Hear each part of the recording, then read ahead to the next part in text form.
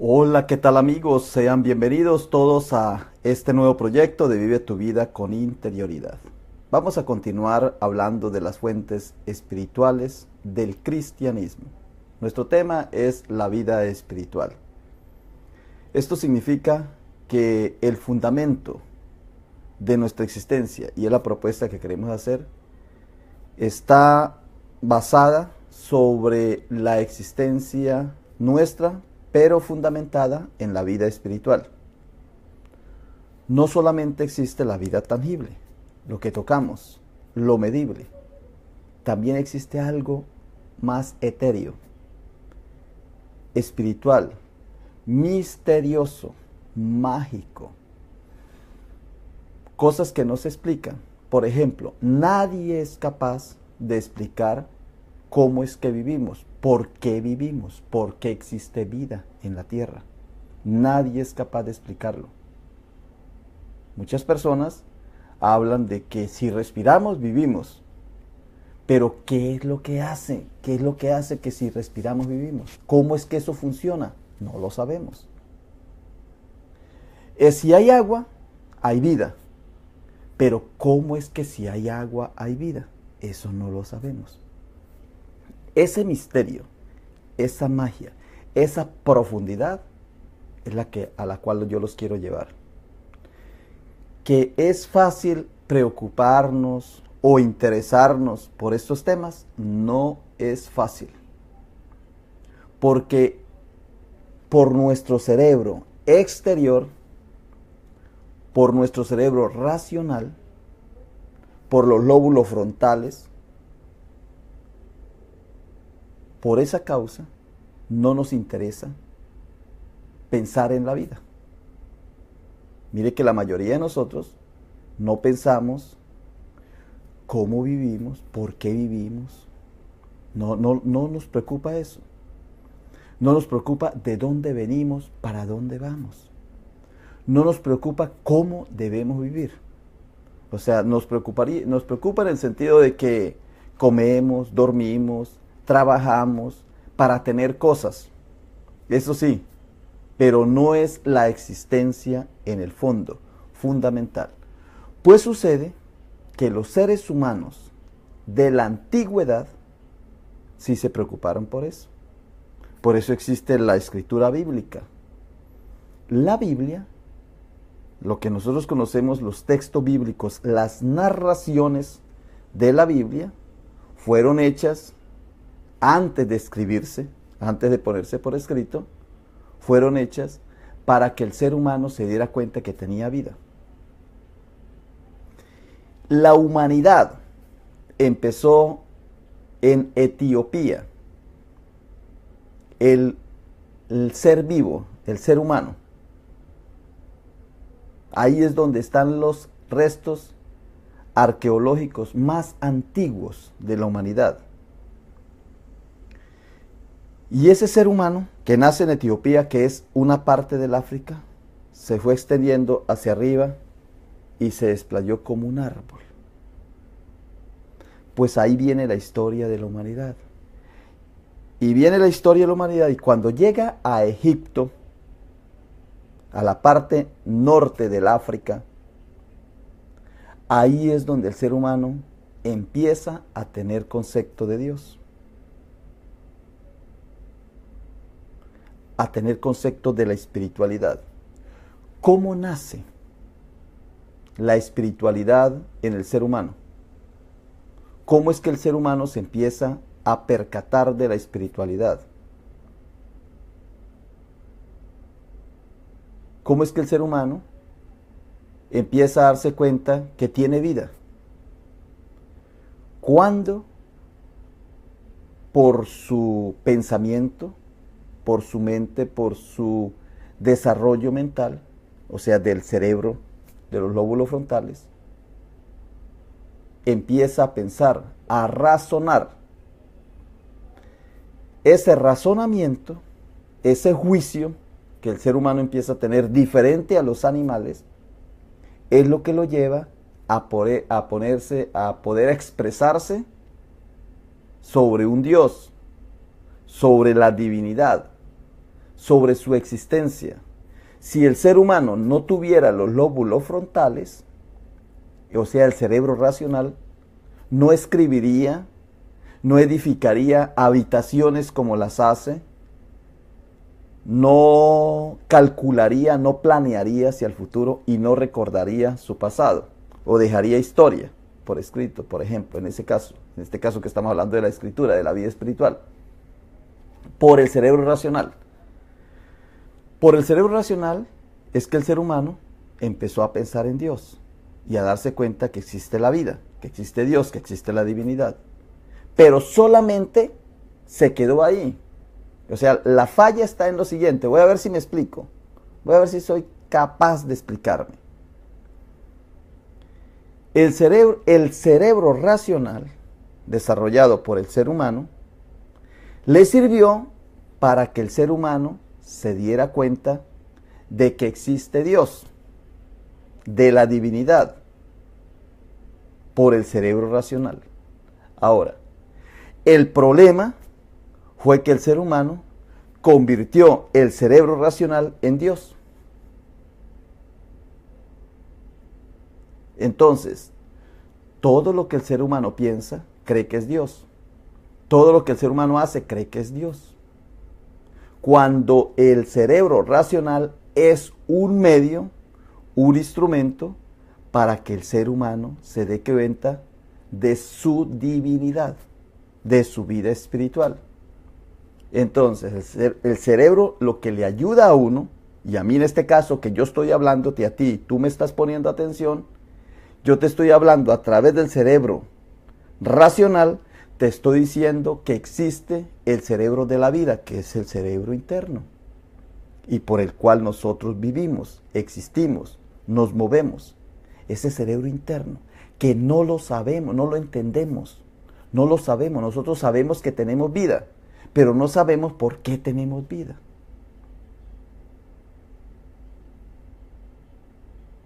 No sabemos por qué hay vida. Para el ser humano poderse expresar sobre la vida, sobre su existencia, entonces con el cerebro racional acudió a mirar la naturaleza. Entonces, ¿dónde empieza la vida espiritual? Para mí, la vida espiritual empieza en el Nilo. Ahí en la cultura del delta del Nilo. Y de ahí se fue desplazando hacia Europa y hacia Asia. Europa, Asia, y los que se vinieron por Asia, pues llegaron a América.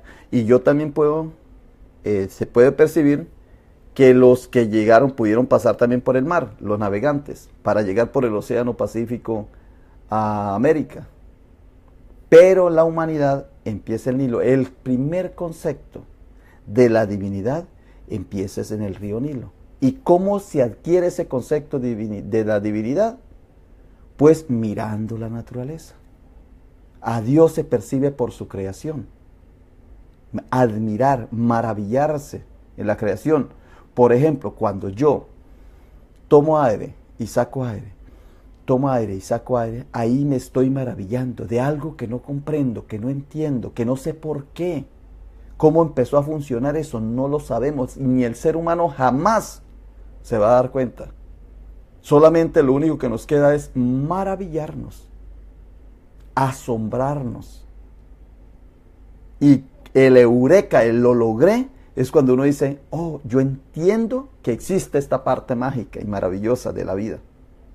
Ese es el misterio de la vida espiritual. ¿Y cómo nace en el río Nilo? Yo quiero que esta parte sea fundamental para tu vida.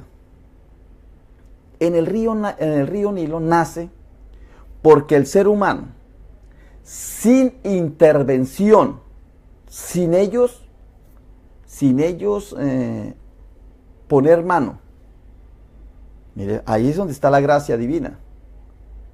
Los egipcios, los que llamamos en este momento egipcios, los egipcios, ahí en el delta del Nilo, en Alejandría, en el Cairo, ahí en la parte donde están las pirámides, toda esa parte del río Nilo en el delta, todo ese lugar, ahí se quedó la humanidad y sin intervención humana, Mire que aquí es donde viene la parte espiritual.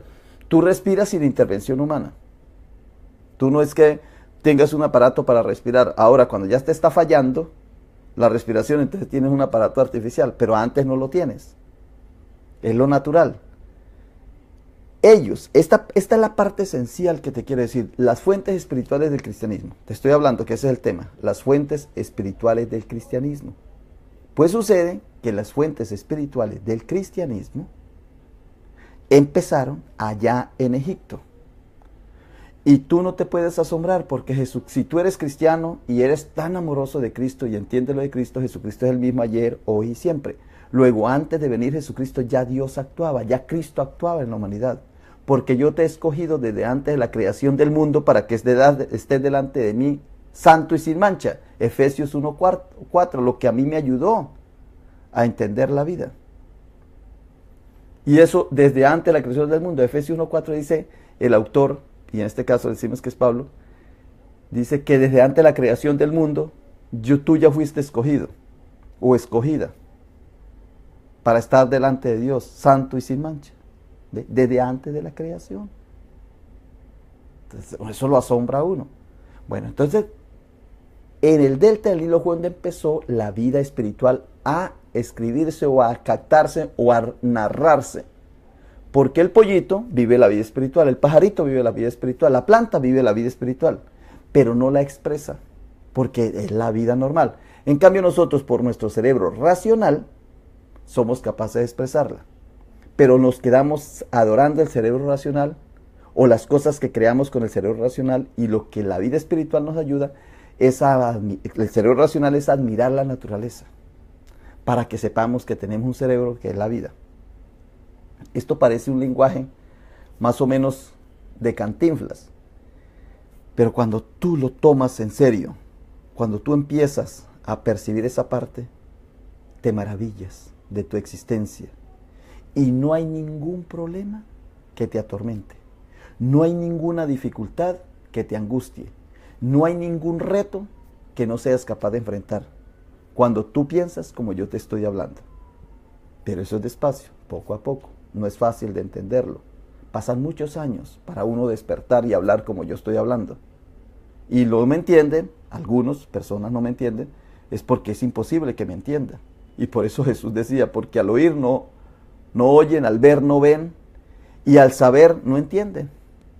Ese es el mensaje profundo que hay en la Biblia, que fue tomado del uno, del otro, y atrás, para atrás. Entonces yo voy a empezar desde el principio. ¿Qué es la vida espiritual? ¿Cómo nace la vida espiritual? Cuando el ser humano, vea, el ser humano, sin intervención, o sea, el ser humano no está interviniendo, se da cuenta que hay vida sin intervención de él. Porque es muy fácil, como yo te digo a veces, es muy fácil que tú tengas $1 millón y estés feliz. Ah, estoy seguro con $1 millón. Pero aquel que no tiene nada y está feliz, ¿qué tal le parece? ¿Está seguro? Porque sabe que puede respirar, que puede comer,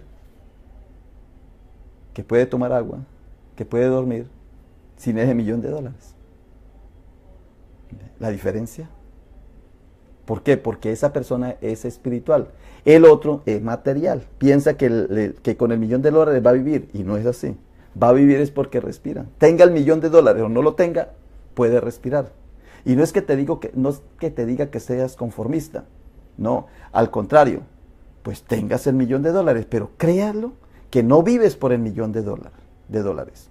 Vives porque Dios te da la vida, porque esa divinidad te da vida. Pues así fue como empezó la vida espiritual.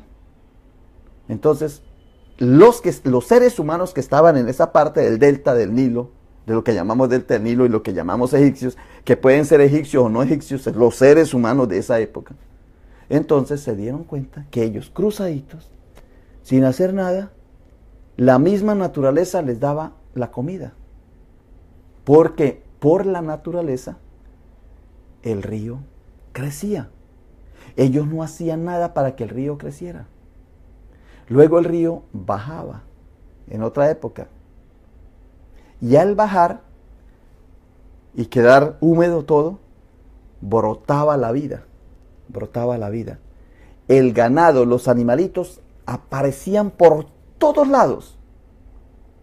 Como aquí en Del Río o en cualquier parte donde tú vives, el día que llueve aparecen gusanitos, lombrices, caracolitos, cosas que tú antes no habías visto, aparece. Y aparece el pasto, el zacate, la hierba vivita.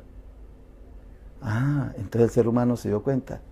Bajaba el río y aparecía la vida. Pero como eso seguía la sequía, entonces todo se iba muriendo. Todo quedaba petrificado. Quedaba como una piedra. Se desapareció otra vez la vida. Murieron los hipopótamos, murieron los cocodrilos, murieron los peces. El río Nilo quedaba como un hilito de agua pequeñito y todo petrificado, estéril. La vida se desapareció. Desapareció la vida. Pero al cabo de otro tiempo, volvía a crecer el Nilo, como que purificaba todo, toda esa podridumbre, todo ese olor, mal olor nauseabundo de la tierra que estaba ya estéril, ya estaba acabada.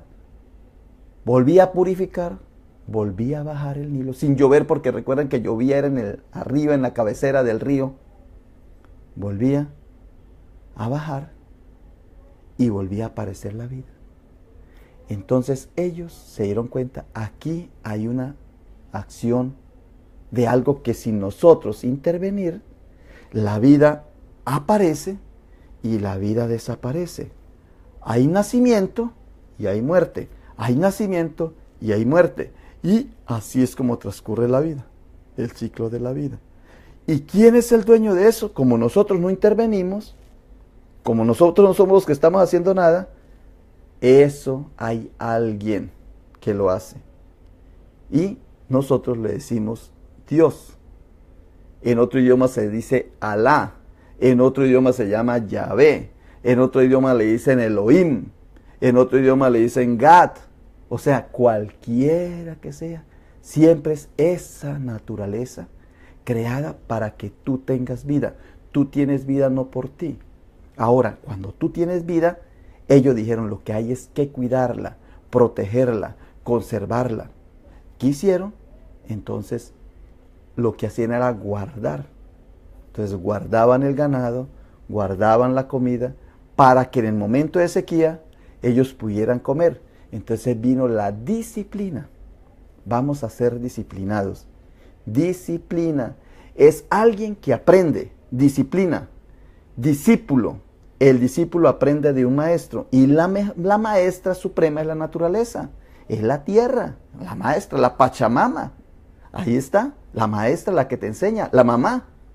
Te enseña a la vida. Entonces tú eres discípulo. ¿Cómo aprendes? Entonces tienes una disciplina. ¿Cuál es la disciplina? Entonces crear una figura. Y ahí viene el error grave. El error grave, que nos quedamos en la figura sin la parte interna de la vida. Entonces crear una figura. En esta mano, una figura, un báculo, era el palito con la parte torcida arriba, para el ganado, que quería decir que hay que proteger el ganado, que hay que cuidarlo. Y por este lado, el flagelo, que era con el que cortaban el trigo. Es un palito que se hace así. Si tú miras en cualquier parte donde miras la figura así, eso es lo que representa. Pero no hay un Dios, no es que ese sea el Dios, sino que esa es la disciplina que tú debes tener. Pero la gente inmediatamente divinifica la figura, la estatua. Y ellos lo que querían era representar para que en tu casa tuvieran la disciplina. Cuidar el ganado, cuidar la naturaleza, la hierba, el trigo, la cebada, que era lo que le daba vida a ellos. Entonces era la figura. ¿Ve? Y la llamaron Osiris. Y nosotros pensamos que ellos creían que ese era Dios. No. El Dios es lo que hace que el río crezca y el río baje. Esa fuerza vital de que produce vida. Cuando tú respiras, tú botas el aire y lo metes, tú lo sacas y lo metes. Ese fenómeno, ese proceso que hace que suceda, es por una acción divina. No lo podría hacer si no es por acción divina. Entonces tú ya lo vuelves Dios. Pues sucede que el ser humano, que en un momento dado empezó a crear figuras porque no había otra manera de enseñar, sino que lo enseñaba con ilustraciones gráficas para que los otros discípulos aprendieran. Entonces ellos fueron no solamente creando figuras, sino que ya empezaron a crear signos. Y entonces voy a pasar la cámara para decirte qué signos. Pero esto vamos a hablar toda la semana, así es que no te preocupes. Voy a pasar la cámara. Entonces, estamos hablando, voy a empezar de aquí.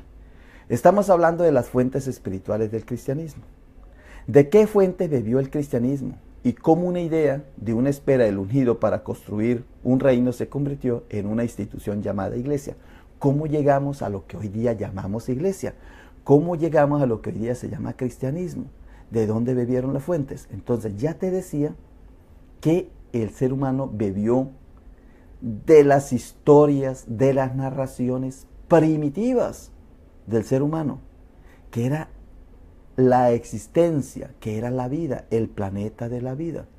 ¿Cuál es la característica fundamental de este planeta o de esta redondeta, como dice un autor, un humorista, de este globo, de este pedazo de cosmos, de este pedazo de gases de estrellas? Esto que llamamos tierra, erróneamente porque no es tierra, debería llamarse vida, el planeta de la vida, el planeta vida, porque es el único que hasta ahora hay vida. Entonces, esa vida, esa admiración por la vida, son las fuentes del cristianismo. Y lo que antes se hacía con una figura, pues después se empezó a escribir. Entonces se creó lo que llamamos el jeroglífico. El jeroglífico eran historias de este grupo de personas que empezaron a escribirle a las personas que vivían a su alrededor o a las nuevas generaciones para contarles cómo debían ser disciplinados, cómo debían ellos recordar y memorizar ciertas historias, las historias que fueron creando poco a poco, y las fueron haciendo a través de signos. Eran signos como un animalito, se significaba esto, una parte del cuerpo significaba aquello, eran signos. Y dicen que el japonés también escribe por signos. Esos 3000 o 2000 signos que tiene el idioma japonés, pues es parecido a esto, son como jeroglíficos, lo que hacen los japoneses. Nosotros, gracias a Dios, por los cananeos y los fenicios, pues tenemos solamente 28 letras. O sea, se redujo a 28. Pero eso lo voy a decir más adelante. Pues sucede que esas historias que eran orales, se fueron plasmando en la escritura. Vea, esta era la forma de escritura, el jeroglífico. Y también otra forma era el hierático. Vea, eran puros signos. Ya fueron creando unos ciertos signos de escritura, como el hierático o otro idioma. Hay varias formas, pero esta era otra forma. O el domótico también hay otra manera de escribir de ellos. Habían muchas formas. Ahora, voy a ponerles un ejemplito nada más aquí. Por ejemplo, las caracteres del cocto, tomados del demótico. Entonces, el jeroglífico era por ejemplo, hacían este mismo signo ya lo pasaron al demótico. Vean, aquí eran unas cositas, unas figuras como estatuitas, luego lo pasaron al demótico y luego lo pasaron al cocto. Y el valor fonético era una S. Mire, lo mismo acá. Esta figurita, que es como una culebrita, y aquí ya hay un signo en otro idioma, ya era la F. La H, vea, que antes era una figura visual que ellos tenían de un árbol o de un objeto, ya empezaban a hacer una rayita, la iban creando con la mano y lo iban formando, y en el idioma copto, que es donde está también escrita la Biblia, entonces está la H. Había esta H con el apóstrofe y esta otra. Vean figuras, por ejemplo, esto es un lacito tejido. Luego hicieron el báculo, luego lo hicieron en forma de una S y luego era la H. La G, una torrecita. Así fue como se fue creando la escritura. Muy bien. ¿Sí? Entonces, se han encontrado piedras como esta, en la cual hay otra clase de escritura. Ya no es letras o figuras como esta o figuras como esta. Ya no eran figuras hechas así. Habían que tener unas 3.000, 4.000 figuras para uno poder entender. Entonces lo fueron reduciendo y lo redujeron a punticos. Entonces esta escritura se llama cuneiforme, cuña, de cuña. Varios punticos metidos en una piedra de barro. Esto es una figura de barro, una lámina de barro. Fueron escribiendo las mismas historias. Lo más impresionante de todo esto es que las historias, la misma historia, fue escrita aquí, fue escrita aquí, fue escrita aquí y fue escrita aquí. O sea, la misma historia que esta.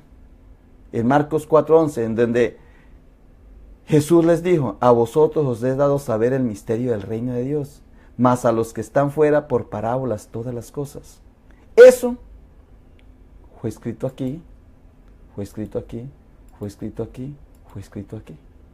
O sea, fue escrito de muchas, antes de varias maneras. Y en hebreo dice: de muchas maneras habló Dios al mundo. Y últimamente lo hizo a través de su Hijo Jesucristo. De esa manifestación. Pero Dios ha hablado todo el tiempo, toda la vida, desde antes de venir Jesucristo. Y aquí es donde yo le digo el misterio del reino de los cielos. Se recuerda que cielo es alto, tierra, infierno es abajo, el medio es la tierra. Esa era la figura que ellos tenían. Entonces en Mateo 13:10-13 dice: entonces acercándose, los discípulos le dijeron: ¿por qué les hablas por parábolas? Él respondiendo les dijo: porque a vosotros os es dado saber los misterios del reino de los cielos, mas a ellos no les es dado. Porque cualquiera que tiene se le dará y tendrá más, pero al que no tiene, aún lo que tiene se le quitará. Por eso les hablo por parábolas, porque viendo no ven y oyendo no oyen ni entienden. Esto mismo está aquí, así a través de los punticos, el cuneiforme, está en esto, mire. Estas historias están en Egipto, están escrito de esta manera, y luego fueron puestos en la Biblia, fueron creados en la Biblia. Es la misma historia. Entonces, ¿de qué les voy a hablar esta semana?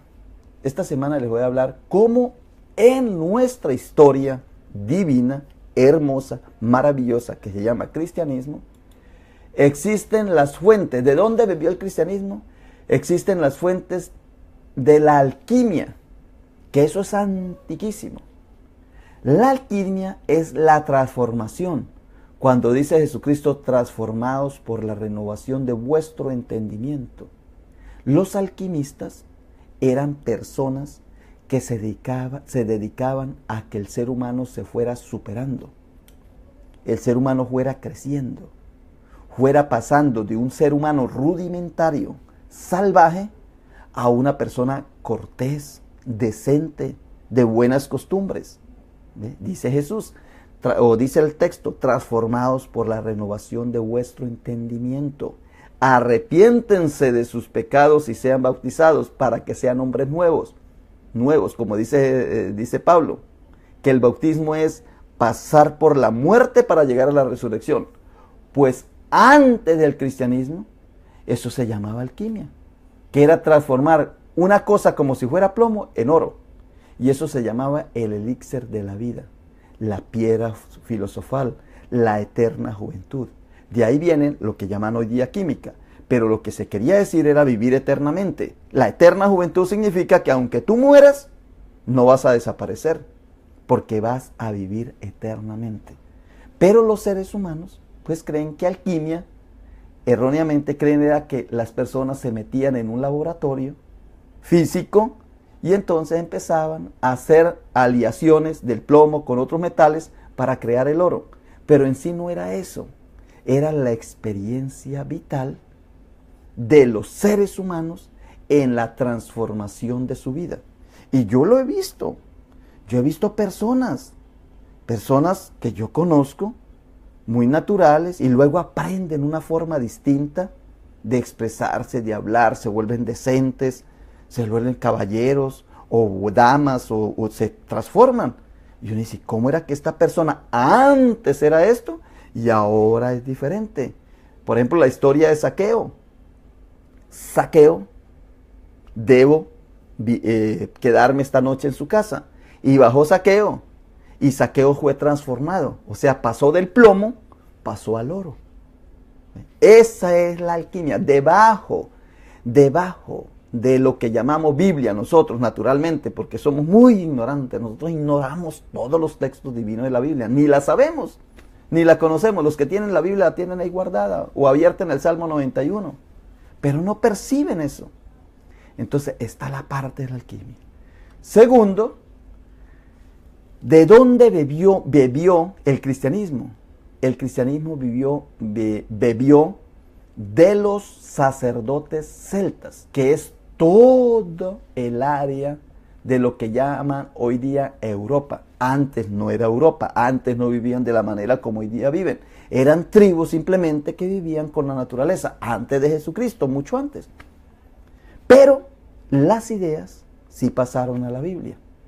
Los sacerdotes celtas practicaron una forma de vida, de respetar la vida, que se llama druidismo.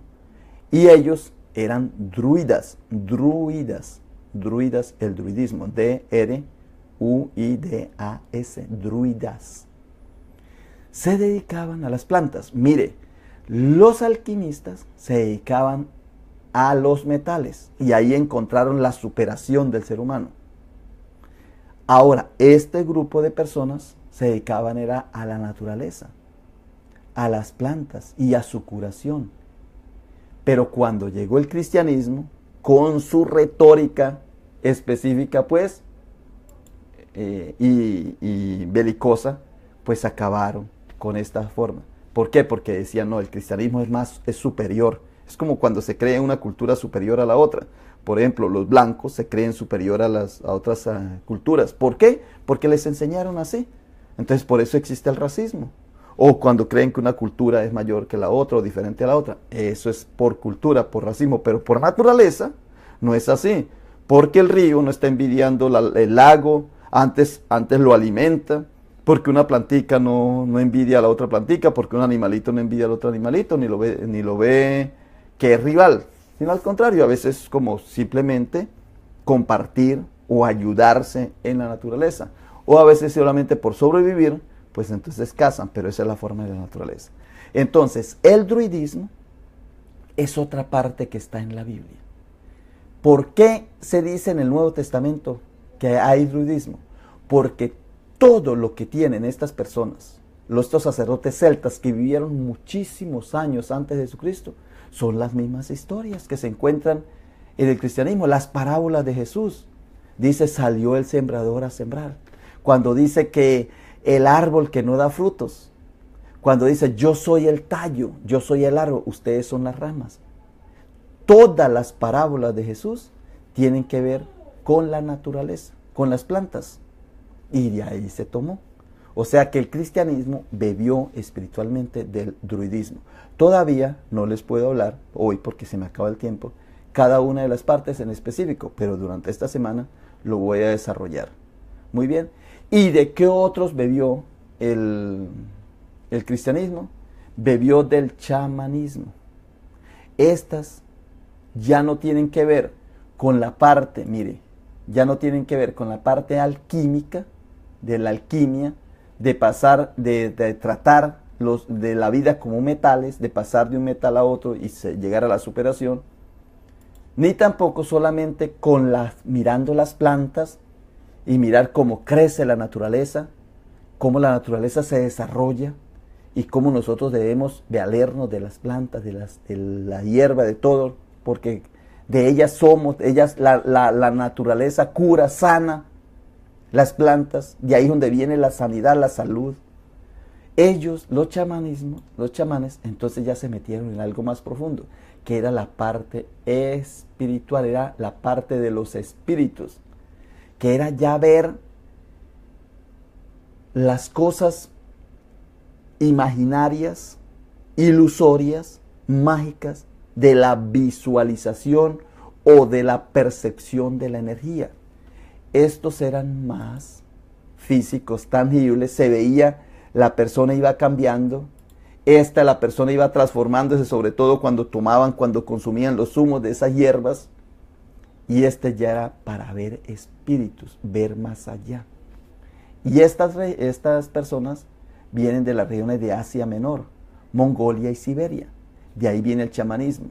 Eran médicos, sabios y magos. Eran los que sabían para poder vivir o para percibir la vida. Ahora le dicen chamanes a los indígenas de América, pero en América no deberían llamarse chamanes. Todos, tanto los alquimistas como los druidas, el druidismo, como los chamanismos, son sacerdotes exactamente parecidos a los sacerdotes católicos, los que tenemos hoy día por ahí, que se visten y hacen la magia de la Eucaristía, de transformar el pan y el vino en el cuerpo y la sangre de Cristo. Eso es chamanismo, eso es alquimia y eso es druidismo. Pero no lo queremos entender así y se enojan. O sea, muchas personas ahorita estarían enojadas conmigo o estarán enojadas porque no lo quieren entender así. Pero es lo mismo, es exactamente lo mismo. Ahora, el pastor hace lo mismo. Ve a ver a Benny Hinn, que agarra su chaqueta, su saco, y ¡pam!, lo bate y la gente cae y se sana. Dígame si eso no es parecido a esta gente, que hacen lo mismo. Exactamente lo mismo. Lo que pasa es que ahora, como somos más sofisticados y más tecnológicos, queremos cambiarla. Entonces queremos que solamente Benny Hinn, Cash Luna y compañía son los que tienen este poder. No, ya eso ya venía desde antes. Eso ya existe. Y eso está en la Biblia. Y para prueba, pues aquí dice en Mateo 2:1-2, cuando Jesús nació en Belén de Judea, en días del rey Herodes, vinieron del oriente a Jerusalén unos magos. ¿Y quiénes eran los magos? Pues eran de oriente, los chamanes, o eran los druidistas, o eran los alquimistas. De todas maneras, eran ellos, porque ¿de dónde más vienen? Vinieron de oriente a Jerusalén unos magos, diciendo, ¿dónde está el rey de los judíos que ha nacido? Porque su estrella hemos visto en el oriente y venimos a adorarle. Mire que todo es lo mismo. Somos humanos. Somos humanos. Y como humanos, nada de lo humano nos es indiferente. Bueno, hasta aquí lo voy a dejar en el día de hoy. Y mañana me voy metiendo, más. Para que tú llegues a entender que para lo único que has venido a este mundo es para vivir. Y la propuesta más grande que nos tiene la vida es que la vida se prolongue, que seamos capaces de vivir más y mejor. Y esa es la propuesta que yo les tengo a ustedes. Si ustedes ven los videos anteriores, yo les digo cómo vivir más y mejor. Y que no te parezca raro las historias de la Biblia. No te parezca como algo salido, caído, como dicen los mormones que encontraron en unas piedras de oro, en unas láminas de oro, encontraron la historia del libro del Mormón. Entonces la gente cree que es que encontraron esto allí. No, es una representación, una configuración de la alquimia.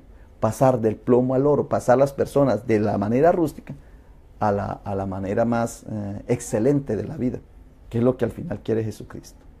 Bueno, muy bien, pues por hoy me despido.